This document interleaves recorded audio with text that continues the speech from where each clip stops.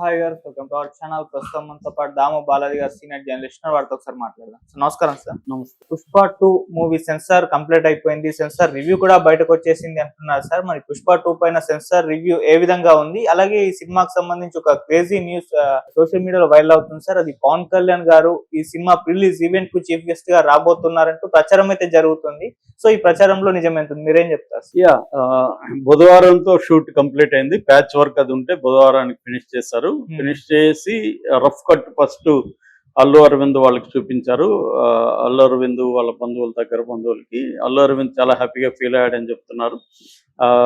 Cinema చూసిన తర్వాత అందరినీ హక్ చేసుకుని అల్లు అరవింద్ కంగ్రాట్స్ చెప్పాడు. ఇది ఖచ్చితంగా పెద్ద హిట్ అవుతుందని అల్లు అరవింద్ చెప్పాడని అనే న్యూస్ కూడా బయటకు వచ్చింది.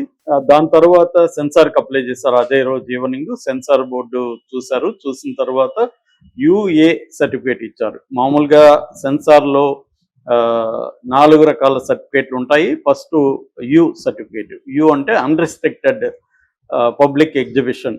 అన్రిస్ట్రిక్టెడ్ అంటే ఎటువంటి రిస్ట్రిక్షన్ లేకుండా అందరూ చూడొచ్చు. యుఏ అంటే యు అంటే అన్రిస్ట్రిక్టెడ్, ఏ అంటే అడల్ట్స్ ఓన్లీ, అంటే రెండు మిక్స్ అయింటాయి. అంటే 12 ఏళ్ల పైబడిన పిల్లలకి పేరెంటల్ గైడెన్స్ ఉండాలి. యుఏ ఇస్తే 12 ఏళ్ల పిల్లలు సొంతంగా వెళ్ళి సినిమా చూడడానికి లేదు, పేరెంట్స్ గైడెన్స్ లోనే వాళ్ళు చూడాలి. అది యుఏ అనమాట. మూడవది అడల్ట్స్ ఓన్లీ, ఏ సర్టిఫికేట్. నాలుగవది ఎస్ అంటే స్పెషల్ పర్పస్, స్పెషల్ ఆడియన్స్ కోసమే అది ఉంటుంది అనమాట. కొన్ని సైంటిఫిక్ ఫిల్మ్స్ అట్లాంటివి. సో ఆ రకంగా దీనికి రెండవది వచ్చింది, యుఏ వచ్చింది. జనరల్గా ఇలాంటి సినిమాలకి యుఏ వస్తుంటుంది, ఎందుకంటే వైలెన్స్ ఎక్కువ ఉంది. అయితే దీనికి సంబంధించి కొన్ని కట్స్ కూడా చెప్పారని చెప్తున్నారు. వైలెన్స్ ఎక్కువ ఉన్న చోట, బ్లడ్ ఎక్కువ ఉన్న చోట బ్లాక్ అండ్ వైట్ చేయడం, ఆ బ్లడ్ కొంత శాతం తగ్గించడం, అట్లాగే కొన్ని బూతులు అవన్నీ కూడా ఉన్నాయి చిత్తూరు భాషలో, వాటిని మీట్ చేయమని, కొన్ని చోట్ల మీట్ చేయమని కూడా సూచించినట్టు చెప్తున్నారు. దానంతా చేస్తేనే యుఏ ఇస్తామని, దానికి వీళ్ళు ఒప్పుకున్నారని కూడా తెలుస్తున్నారు. ఓవరాల్ గా సెన్సార్ బోర్డు సభ్యుల నుంచి లీక్ అయిన విషయం ఏంటంటే, ఈ సినిమా యునానిమస్ గా హిట్ అవుతుంది, చాలా అద్భుతంగా తీశారు. ముఖ్యంగా యాక్షన్ ఎపిసోడ్స్ ఇప్పటి వరకు సుకుమార్ సినిమాలో లేని ఒక బ్రహ్మాండమైన యాక్షన్ ఎపిసోడ్స్ ఉంటాయి. ప్రతి 15 minutes కి ఒక ట్విస్ట్ పెట్టుకున్నాడు సుకుమారు. ఎక్కడ బోరు కొట్టకుండా ఎవ్రీ 15 minutes కి ఒక బ్యాంగ్, ఒక ట్విస్ట్ పెట్టుకుంటూ ప్లాన్ చేసుకుంటూ వెళ్ళాడు. అందుకనే ఇది 3 ఏళ్ళు పైన పట్టింది ఈ సినిమా, ఎందుకంటే స్క్రిప్ట్ వర్క్ లోనే వీళ్ళు ఆ ప్లాన్ చేసుకున్నారు. అట్లాగే యాక్షన్ సీన్ కూడా వీళ్ళు పీటర్ హెయిన్ కానీ ఇంకొక స్టంట్ మాస్టర్ ఉన్నాడు, వీళ్ళిద్దరిని పెట్టుకొని యాక్షన్ సీక్వెన్స్లు, ముఖ్యంగా ఈ గంగమ్మ, తిరుపతి గంగమ్మ సీక్వెన్స్ ఉంది. అది దాదాపు 20 minutes పైన ఉంది. అది అద్భుతంగా ఉంటుంది ఓవరాల్ సినిమాలోనే.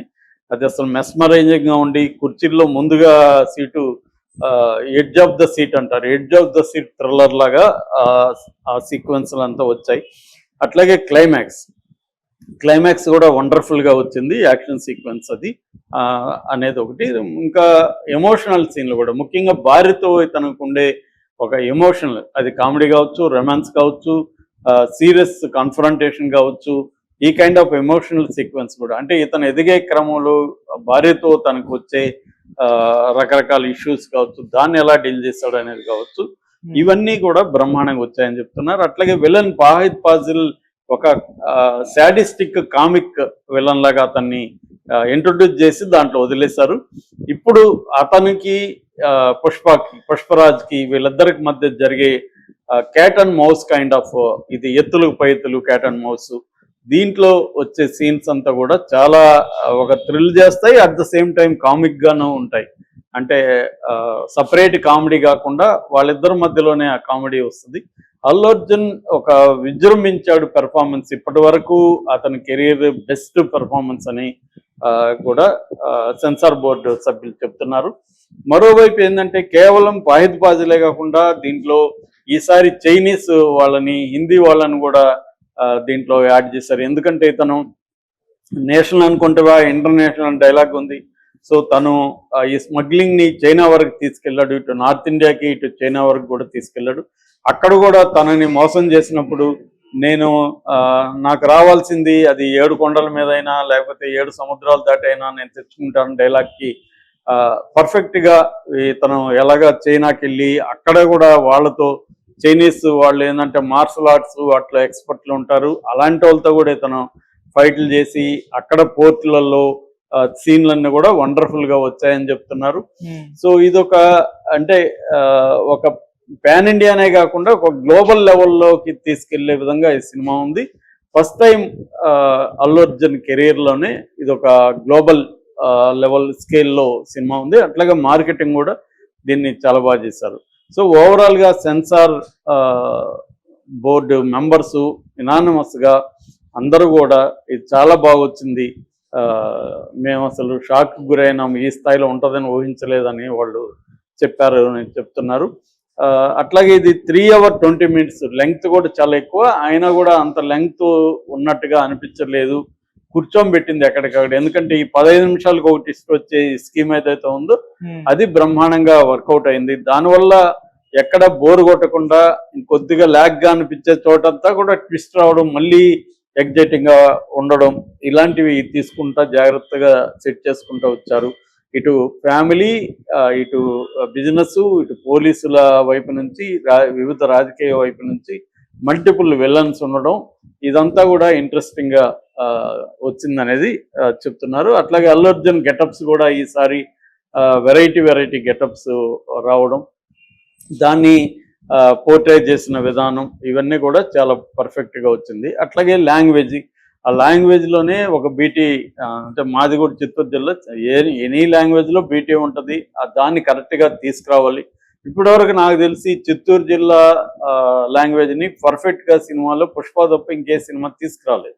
మిగతావన్నీ నెల్లూరుదా ఇది గుంటూరుదా అన్నట్టు మిక్స్ అయిపోయింటాయి.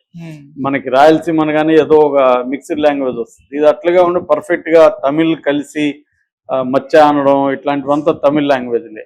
స్వామి అని పిలవడం కావచ్చు, ఇలాంటివంతా తమిళ బార్డర్ కాబట్టి తమిళ్లో మిక్స్ అయిన ఒక తెలుగు స్లాంగ్ ని వీళ్ళు పర్ఫెక్ట్ గా చేశారు. ఈ సినిమాలో ఇంకా బాగా జాగ్రత్తలు తీసుకున్నారు, ఎందుకంటే అప్పుడు ఫస్ట్ దాంట్లో ఎక్కడెక్కడ డైలాగ్స్ ఫెయిల్ అయ్యి ఏంటి, దాన్ని ఇప్పుడు ఎట్లా పెంచాలి, డోస్ పెంచాలి, నెక్స్ట్ లెవెల్కి తీసుకెళ్ళాలి అనే దగ్గర పర్ఫెక్ట్ గా సుకుమార్ టీం వర్క్ చేస్తుందని చెప్తున్నారు.